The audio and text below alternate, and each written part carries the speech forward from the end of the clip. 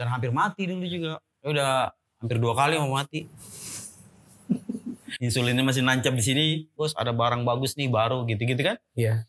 Aduh kepikiran lagi, sugestinya itu loh. Bahwa kalau orang nggak pakai narkoba itu nggak keren. Kayaknya kalau dibilang nyesel banget yuk.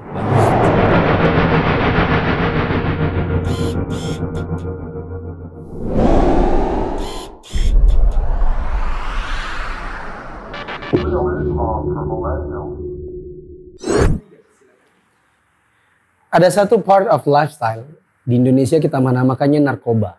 Di dalam Islam hukumnya haram karena termasuk hal yang bisa menghilangkan kesadaran, membuat orang mabuk, atau bahkan menghilangkan akal sehat hingga nyawa melayang. Hukumnya di Indonesia pun dilarang karena ini bisa merusak generasi bangsa, minimal menimbulkan banyak masalah. Pada hari ini kita akan bahas dalam Islam for Millennials, tempat di mana kita akan membahas hal-hal yang banyak dikonsumsi oleh anak-anak muda di zaman sekarang dan bagaimana hukumnya dalam pandangan Islam.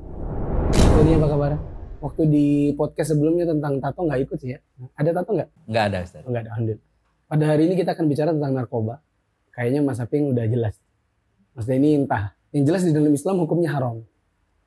Karena firman Allah Ta'ala, Yas'alunaka 'anil khamri wal maisir, qul fihima itsmun kabiru wa manafi'u linnas. Mereka bertanya kepada kalian tentang khamr dan juga maisir. Bahasa ringannya di Indonesia itu hal yang memabukkan dan perjudian. Katakanlah bahwa di dalam keduanya terdapat dosa yang besar. Meskipun ternyata ada manfaatnya. Dan sesungguhnya dosanya lebih besar daripada sekedar manfaat. Kenapa dulu pakai narkoba? Kalau saya tuh pakai narkoba awalnya dari SMP malah. Itu dulu ada obat-obat koplo itu. Nipam. Double L. Ya seringnya itu. Kalau zaman sekarang lem lah. Ya, No. kurang lebih. No, kalau lem kan Efeknya sama, efeknya kurang lebih. Ya kelas-kelas level mereka lah. Anak-anak ya pang. mungkin lah ya. Kelas-kelas lem. Tapi dulu udah ada lem. Dulu nggak ada lem. Ada. Itu dulu Nipam gitu. Nyoba-nyoba juga Yang orang bilang pil koplo. Pil koplo. Zaman-zamannya itu. Cuman nggak sampai yang lama gitu. Coba lagi ke ganja. Ganja itu SMA.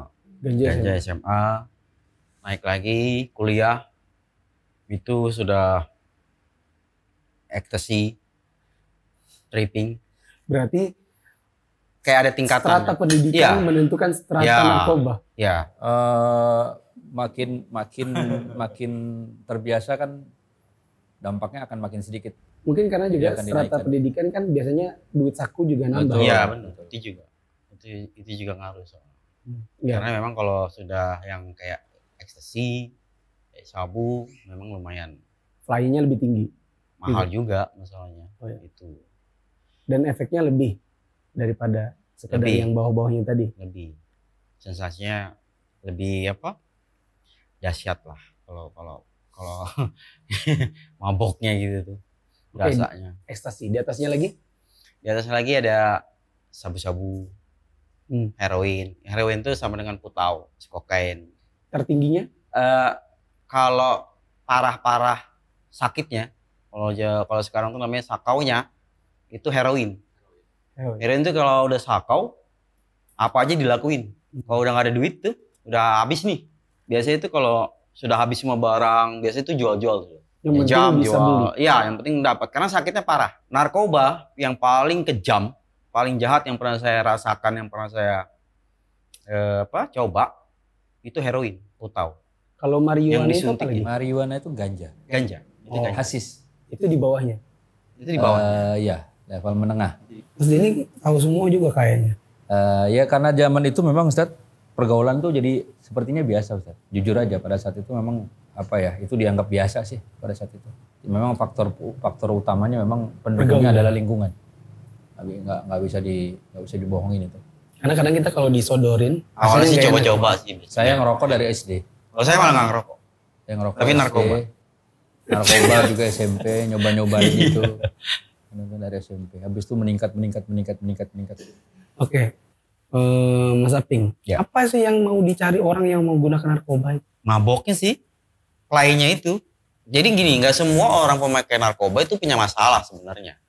Ada juga yang sebenarnya keluarga baik-baik, yang happy-happy aja, bahagia-bahagia aja. Paling sih karena mungkin repressing kali. Jadi pengen repressing gitu. Artinya karena duit juga ada? Karena duit juga ada, disupport sama duit juga. Ya kan, jadi ngapain nih? Mabok enak nih gitu aja. Dan antum waktu itu uangnya ada dari orang tua gitu ya? Ada, memang ada. Tapi sempat parah itu di zaman kuliah itu kenanya di heroin, tahu. Itu habis-habisan. Apa aja dulu.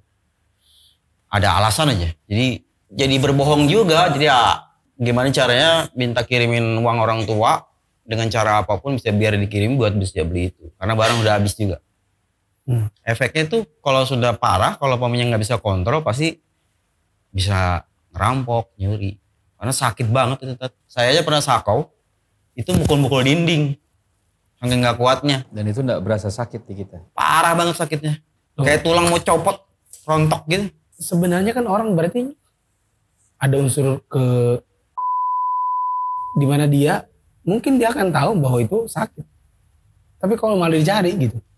Jadi kalau pertama itu kalau dampak dari narkoba, nikmatnya beda-beda. Jadi marijuana, putau, ini sebut taping, sabu, ekstasi itu dampak nikmatnya itu tidak sama. Jadi tergantung apa yang mau dicari dan momentum apa yang diinginkan saat itu. Ahli ya ngomongnya ya. Iya, ahli banget ya. Coba gimana? Kalau saya lebih cenderung ke pergaulan. Gaya hidup. Jadi karena waktu itu memang teman-teman memang orang-orang yang high class lah saat itu. Jadi lebih ke pengen terlihat keren aja. Menunjukkan eksistensi. Iya. Bahwa kami anak gaul saat itu gitu loh. Jadi saya nggak seperti Aping yang dia pakai sampai yang disuntik, yang di heroin saya nggak pakai. Saya lebih yang sifatnya hype, yang sifatnya itu senang-senang, hura-hura. Kalau yang semacam marijuana itu kebanyakan memang dia komunitasnya sedikit ya bos ya. Ganja. Iya, jadi putau. Putau itu dia lebih cenderung eksklusif. Jadi dia makainya sendiri atau cuma 1, 2, 3 orang. Karena kaum borjuis saja yang bisa beli itu. Bukan, karena dampak nikmatnya memang tidak untuk dinikmati bersama. Bukan. Tidak seperti itu ya. Tapi kalau yang marijuana terus sabu atau ekstasi itu justru satu ruangan ini bisa happy semua gitu. Jadi dampaknya memang beda-beda yang diinginkan. Apakah selalu nikmat saja yang dirasakan oleh orang yang pakai narkoba? Rasa gembira kayak happy yang gitu-gitu. Salah satu yang didapatnya rasa gembira sesaat. Saya nggak pernah pakai, jadi nggak pernah bisa membayangkan gitu. Apakah gembira aja? Atau ada rasa suatu saat akan ada hilang rasa gembira itu berubah menjadi sebuah rasa parno? Enggak sih. Ini kalau di putau jatuhnya itu awalnya memang yang dicari kan sensasinya kan, rasa gembira yang berlebihan, kadang-kadang bahagia. Jadi kalau pakai itu tuh kayak happy aja, pede, gitu-gitu, ngobrol sama orang tuh lancar, ya kan? Nah di saat sudah tidak pakai itu, nah itu yang parah banget. Nah efeknya adalah di saat kita pertama memang berasa, nah yang untuk yang berikut-berikutnya tuh sudah nggak ada lagi, cuma untuk mengobati jadi jatuhnya.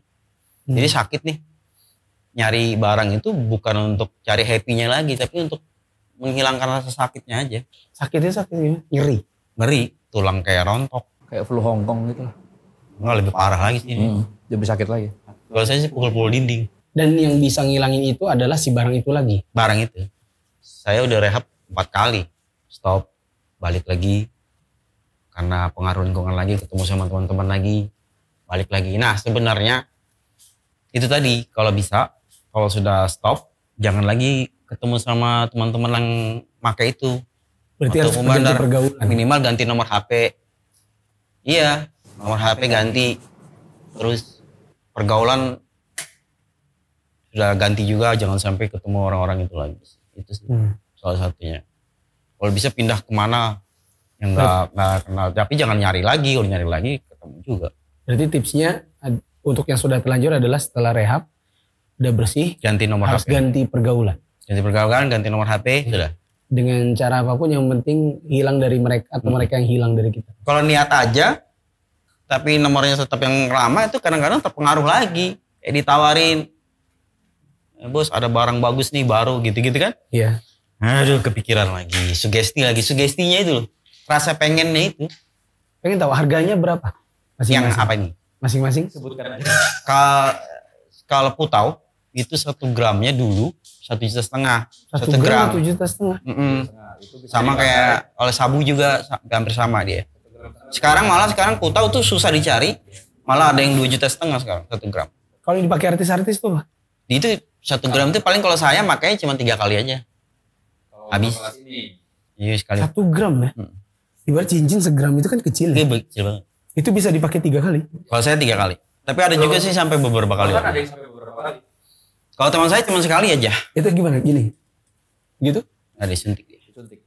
Oh, Kalau heroin cairan? Enggak. Dia bentuknya kristal. Jadi dia kayak bedak gitu. Nanti dilarutkan ke air. Baru diambil pakai insulin gitu. Suntik. Ada juga sih yang didrak gitu, dibakar sistemnya. Jadi 2 cara pemakaiannya, disuntik sama dibakar. Didrak pakai aluminium foil, terus pakai bong uang gitu, disep sabu. Kayak apa namanya heroin? Kayaknya halal mas kayaknya kau. Untuk kayak gini. Ya. Ya gitu. Dia udah yang tertinggi soalnya. Saya nggak pakai itu soalnya. Karena lebih suka yang rame-rame tadi saya bilang. Biasanya pemakai sabu sama pemakai putau heroin tuh berlawanan. Oh ya? Karena kalau putau bawaannya habis makan tidur. Kalau sabu melotot. Nggak bisa tidur. Oh gitu. Makanya saya bilang tadi dampaknya itu beda-beda nikmatnya. Jadi kalau pakai sabu itu lebih cocok orang yang jaga malam, itu cocok banget. Atau artis syuting gitu ya? Cat ruko itu kasih aja dia sabu, cat ruko sendiri kelar tuh. Nggak gitu juga sih. Biasanya pelariannya paling ke dunia malam habis itu. Biasa pakai sabu pasti clubbing kan. Mungkin kayak artis-artis itu kan kalau mau syuting, mau berapa tempat, pakai gituan. Nambah energi katanya. Sugestinya sih menambah energi. Apa saran buat teman-teman yang mereka kan belum merasain dan banyak yang mau coba-coba. Jangan coba-coba. Bisa jadi karena anak orang kaya, dia tinggal, "Pak, kirim dong duit." Karena dulu punya temen tuh di BBC ini rumahnya. Rumahnya aja yang belasan miliar. Mobil ada, kosnya itu 6 juta per bulan. Sedangkan kita aja nyari kos itu yang 100.000 per bulan. Dia 6 juta per bulan. Artinya dia bisa bawa apa aja. Mobil Mercy bapaknya bawa.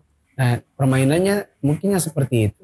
Jadi karena banyak uang, orang tua juga mendukung karena demi merasa itu adalah kebahagiaan buat anak. Dikasih uang banyak-banyak dan akhirnya dia jatuh ke dalam yang seperti itu. Belum lagi kalau zaman sekarang orang nonton di YouTube. Sekarang kan banyak orang masuk di YouTube. Kemudian ngomongin tentang narkoba bahkan dipamerkan gitu. Karena YouTube mungkin nggak masuk di KPI. KPI. Tidak masuk di KPI. Jadi tidak ada larangan-larangan untuk bilang apa namanya antit, bangtit. Iya, kan? ada sensor. Nggak ada sensor sama sekali. Bahkan sambil ngerokok, sambil miras, sambil narkoba. Itu gimana mas? Ya kalau saya dari berkaitan dengan yang tadi, sebetulnya nomor 1 memang kan pasti kita sepakat bahwa itu awalnya coba-coba ya. Sepakat gitu awalnya cuma coba-coba. Tapi yang lebih kalau dari arah saya itu lebih cenderung itu dianggap seperti gaya hidup. Bahwa kalau orang nggak pakai narkoba itu nggak keren, orang nggak pakai narkoba itu nggak ganteng dan sebagainya. Dan dianggap berbeda dari komunitas yang lain. Nah ternyata itu salah gitu. Bahkan sebetulnya kalau kita hidup sehat, bahwa kita hidup dengan tata aturan yang benar, kita lebih justru diakui di masyarakat daripada kita pada saat itu. Zaman saya dulu pada saat momen-momen saya pakai barang seperti itu. Jadi yang dari awalnya coba-coba, terus merasa bahwa ini sesuatu, ini something nih gitu, yang membuat saya lebih daripada yang lain ini, dari teman-teman yang lain. Nah itu yang harus dihindari. Oh ternyata jadi orang baik, jadi orang benar itu justru lebih keren daripada yang seperti tadi itu yang saya ceritakan. Jadi saran saya, jangan coba-coba, jangan bergaul dengan lingkungan yang seperti itu. Yang kedua, kontrol diri untuk berani berkata tidak lah. Karena awalnya pemakai narkoba dari level yang mungkin rokok, lem dan sebagainya itu semuanya pasti dari pemberian awalnya. Dari yang gratis. Coba dulu. Tester. Itu pemancing lah. Tester. Setelah itu next kamu harus beli. Nggak harus beli, tapi pasti kita akan butuh. Ya jadi benar sih apa yang dikatakan sama Bang Denny juga itu. Jangan pernah coba-coba yang namanya narkoba.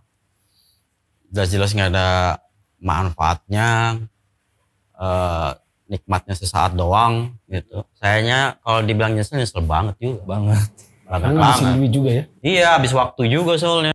Karena dampaknya sampai sekarang masih ada itu. Dan hampir mati dulu juga. Ya udah hampir 2 kali mau mati. Insulinnya masih nancap di sini. Bangun-bangun sudah di mana? Di rumah sakit gitu. Oke, makasih. Sudah berbuih gitu. Makasih Mas Apin, Mas Denny. Siap. Guys, teman-teman yang dirahmati Allah. Anak muda muslim milenial. Kalian jadi anak milenial bukan untuk jadi orang jelek.